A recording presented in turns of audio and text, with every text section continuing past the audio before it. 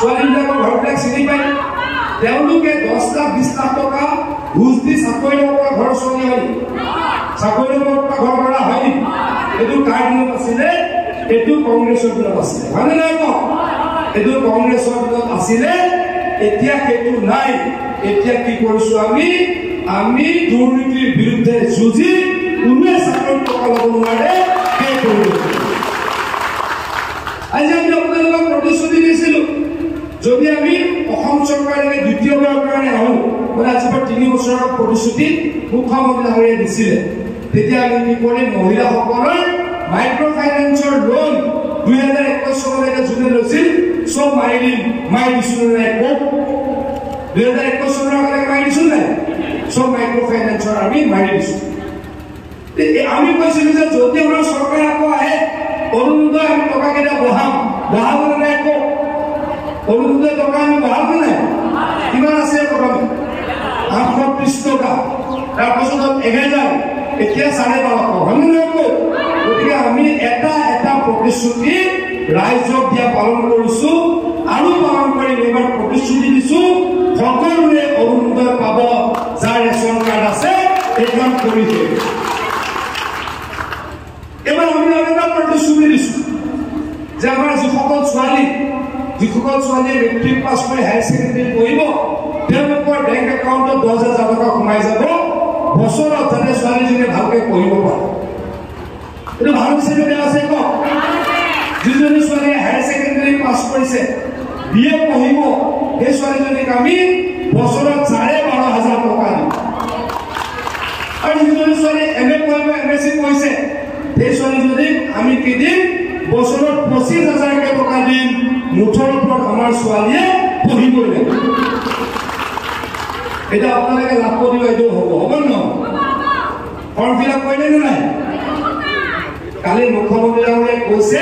যে লাখপতি বাইদেউৰ টকা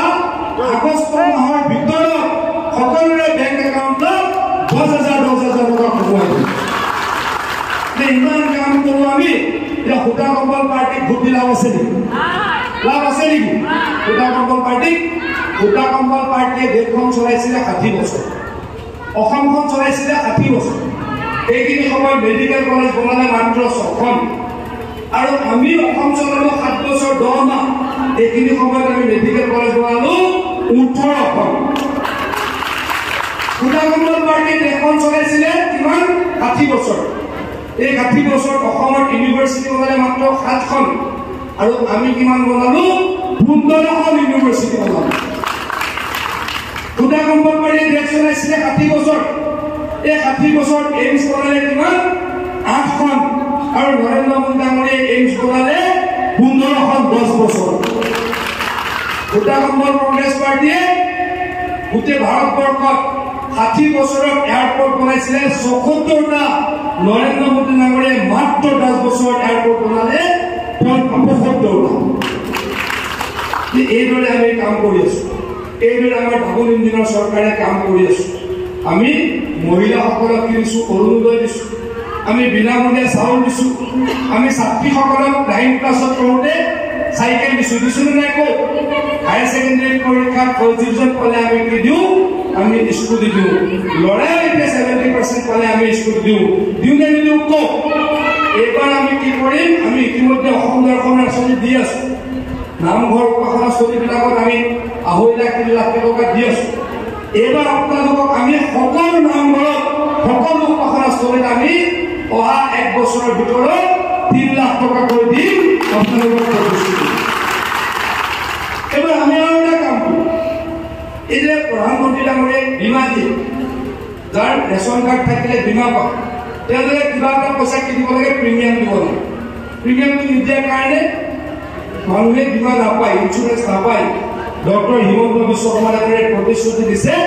এইবাৰ আমি অসমৰ প্ৰত্যেকজন মানুহৰ হৈ যাৰ ৰেচন কাৰ্ড আছে তেওঁলোকৰ বীমাৰ এই আমি কিদিন প্ৰিমিয়ামো দি দিম কোনোবা যদি মানুহ ঢুকে ভগৱানৰ ওচৰত প্ৰাৰ্থনা মানুহ ঢুকাব নালাগে তেওঁলোকৰ পৰিয়ালে টকা পাব দুৰ্ঘটনাৰ টকা পাব গতিকে সেইখিনিও আমি কৰি আছো আপোনালোকৰ সমষ্টিত অলপ কষ্ট হৈছে শিৱসাগৰ সমষ্টিত অলপ চাফাৰ কৰিছে কিয় শিৱসাগৰ সমষ্টিত 2001 চনৰ পৰা যিমান কাম হ'ব ইমান নহ'ল গোটা কম্বল পাৰ্টিটো কাম কৰাই নাই তথাপি অন্য সমষ্টিত যিমান হৈছিল ইমান নহ'ল মোৰ দুখ লাগে শিৱসাগৰ টাউনখন গ'লে ৰাস্তা পথ ভঙা চিঙা একেবাৰে পৰিৱেশটো কলা হৈ থাকে মোৰ গাহিলে দুখ লাগে কিয় হ'বলৈ পাইছে শিৱসাগৰ ৰাইজে সদায় কংগ্ৰেছক ভোট দিছিলে সেইখিনি সময়ত কাম নকৰিলে আৰু যোৱা 10 বছৰ বিৰোধীক ভোট দিলে বিৰোধী বিধায়কে কাম নকৰে কালি আজি ৰাতিপুৱা মই এটা কোনোবাই মোক এটা ভিডিঅ' পঠাইছে অখিল গগৈ ডাঙৰীয়া আপোনালোকৰ বিধায়ক তেখেতে ডিব্ৰুগড়ত ক'ৰবাত ভাষণ দি আছে এইটো অভিষেকটো পৰিব আৰু নতুনকৈ পৰিলে তাৰ নতুন যিটো শিৱসাগৰ মই জানো ঠিক আছে আপোনালোকে ভোট দিয়া নাছিলে কিন্তু আপোনালোকক যৌতুকত হেৰি কৰিব কিন্তু কাম একো কৰিব নোৱাৰে আজি অখিল গগৈ ডাঙৰীয়া ডিব্ৰুগড় কালিতে পৰহি কৈছে ভিডিঅ'টো মোৰ লগত আছেই কৈছে যে সৰ্বানন্দ সোণোৱাল ডাঙৰীয়াটো মন্ত্ৰী হৈয়ে থাকিব তেখেতৰ মুখৰ পৰা ওলাই তেওঁলোকে ৰাজ্যসভাৰ মেম্বাৰ হয় গতিকে কাক দিব লাগে ভোট দিব লাগে অৰুণজ্যোতি গগৈ আৰু অৰুণজ্যোতি গগৈ বোলে সংসদত মোদীৰ বিৰুদ্ধে যুঁজ দিব তাৰমানে তেওঁ স্বীকাৰ কৰি ল'লে মোদী ডাঙৰীয়া আকৌ তৃতীয়বাৰৰ কাৰণে প্ৰধানমন্ত্ৰী হ'ব আপোনালোকৰ ভোট নিদিয়া কেৱল বিধায়কজনে এইটো কথা গতিকে সকলোৱে স্বীকাৰ কৰে যে আজিৰ তাৰিখত কাৰ চৰকাৰ হ'ব নৰেন্দ্ৰ মোদী ডাঙৰীয়াৰ চৰকাৰ হ'ব আৰু তৃতীয়বাৰৰ কাৰণে আমি চৰকাৰ কৰিম ৰাইজক সেৱা কৰিম ৰাইজৰ কাৰণে কাম কৰিম আপোনালোকে মোক কৈছে বিকল্পৰ গৰাখনে কৈছে মই অতি সোনকালে এইখিনি আপোনালোকক কৰি দিম বুলি মই প্ৰতিশ্ৰুতি দিছোঁ মই যদি সৰু প্ৰতিশ্ৰুতি দিওঁ কৰিম যোৱা বছৰ শিৱসাগৰলৈ আহি প্ৰায় 30 কোটি টকাৰ কাম দি গৈছিলোঁ কাম ইতিমধ্যে চলি আছে শিৱসাগৰ সমষ্টিত হয় নহয় কাম চলি আছে প্ৰটেকশ্যন ৱৰ্কেট বাঘচুক আগতি কোচ হয়নে নহয় তাৰপাছত প্ৰটেকশ্যন ৱৰ্কেট বাঘৰ চুক কুঁৱৰপুৰ প্ৰটেকশ্যন ৱৰ্কেট শ্ৰীপুৰীয়া কুঁৱৰপুৰে গোটেইখিনি কাম মই যোৱা বছৰ বানপানীৰ সময়ত এদিন আহিছিলোঁ প্ৰতিশ্ৰুতি দি গৈছিলোঁ এতিয়া গোটেইখিনি কাম সম্পূৰ্ণ হোৱাৰ পথত আজি আপোনালোকক প্ৰতিশ্ৰুতি দি গ'লো দুখমুখৰ গৰাখহনীয়াৰ কাৰণেও অহা বছৰ কাম কৰিম আপোনালোকক সহায় কৰিম আৰু তোমালোকে নকওঁ আপোনালোক বাকীখিনি কৰিম মই যিখিনি আছে মই আজি সেইখিনিতো মই নিজে চাব যাব নোৱাৰোঁ যিটো ইলেকশ্যনৰ কোড অফ কণ্ডাক্ট আছে মই ইঞ্জিনিয়াৰক কম তেখেতে যাতে চাই যায় আৰু ইলেকশ্যনৰ কোড অফ কণ্ডাক্ট চোৱাৰ পাছতে